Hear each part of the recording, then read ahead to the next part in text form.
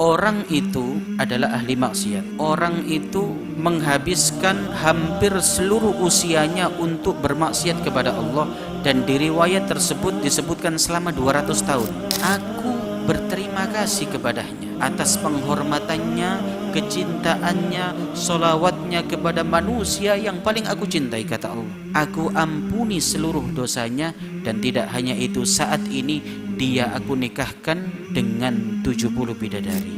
Dalam kitab Hilyatul Awliya karya Al-Imam Abu Nu'aim Al-Asfihani radhiyallahu anhu, di situ disebutkan pada zaman Nabi Musa alaihissalatu wassalam, atau pada zaman Bani Israel, ada seseorang, hadirin, orang itu adalah ahli maksiat. Orang itu menghabiskan hampir seluruh usianya untuk bermaksiat kepada Allah, dan di riwayat tersebut disebutkan selama 200 tahun. Jadi dia ahli maksiat selama 200 tahun, dan di antara banyak kemaksiatannya itu adalah kemaksiatan yang dilakukan secara terang-terangan. Sehingga karena dia sering bermaksiat kepada Allah, yang mana kemaksiatan itu ia lakukan secara terang-terangan, maka tentu dia mempunyai reputasi yang sangat buruk di masyarakat. Sehingga hadirin hadirat rahimakumullah, ketika orang itu meninggal karena saking jeleknya namanya, karena saking jijiknya masyarakatnya, sehingga jenazahnya tidak dikubur tetapi dilempar ke tempat sampah.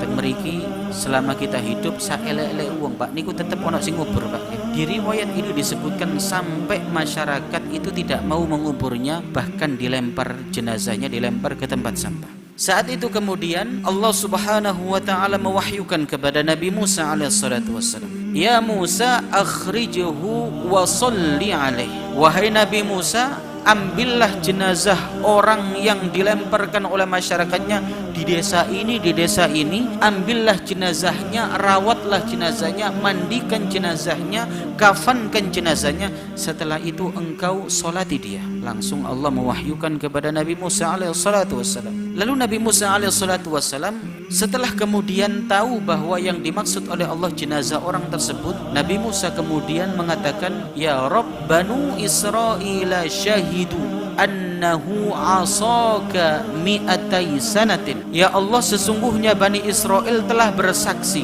semuanya niku ngerti, semuanya faham, dan semua orang Bani Israel pernah menyaksikan kalau jenazah tersebut, orang tersebut adalah orang yang ahli maksiat selama 200 tahun. Apa kemudian kata Allah Subhanahu wa taala, "Wahai Musa, apakah engkau fikir aku tidak tahu itu?" Kata Allah, "Justru aku tahu itu. Tetapi tahukah engkau di antara semua rentang kehidupannya selama 200 tahun, yang mana selama 200 tahun itu dia hampir setiap hari bermaksiat kepadaku, tetapi pada suatu hari orang tersebut," kata Allah, "membuka kitab Taurat. Setelah dibuka kitab Taurat, di dalam Taurat dia menjumpai tulisan yang di situ tertulis nama Nabi Muhammad sallallahu alaihi wasallam." Nama Nabi Muhammad yang ada dalam kitab Taurat itu, Bapak Ibu sekalian, kemudian dicium, kemudian diletakkan di atas kedua matanya sebagai bentuk penghormatan, fasalla alaihi, dan kemudian orang tersebut bersolawat kepada Nabi Muhammad sallallahu alaihi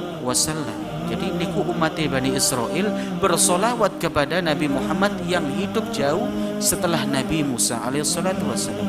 Nabi Muhammad belum lahir tapi sudah disolawati. Apa kata Allah Subhanahu wa taala? Allah berfirman, "Maka kemudian wahai Musa, aku berterima kasih kepadanya atas penghormatannya, kecintaannya, solawatnya kepada manusia yang paling aku cintai," kata Allah.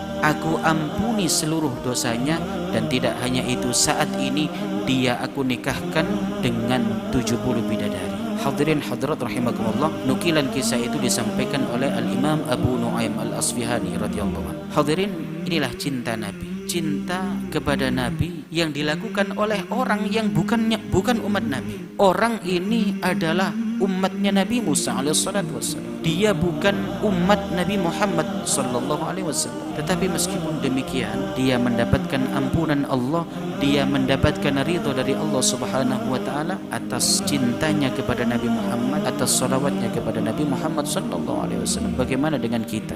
Maka setiap solawat yang kita ucapkan, setiap hari kula panjenengan bersolawat bersolawat kepada Nabi Muhammad 1 kali, 10 kali, 100 kali, 1000 kali, semoga itu menjadi kunci keselamatan kita. Semoga itu menjadi hal yang bisa menghapus dosa-dosa kita di sisi Allah Subhanahu wa taala. Hadirin, nasihat terakhir di awal tahun, mari perbarui hubungan kita dengan Nabi Muhammad. Mari perbarui cinta kita kepada Nabi Muhammad sallallahu alaihi wasallam. Kita berdoa kepada Allah, semoga kula panjenengan dianugerahkan oleh Allah cinta, mahabbah yang sempurna kepada Nabi Muhammad sallallahu alaihi wasallam. Amin.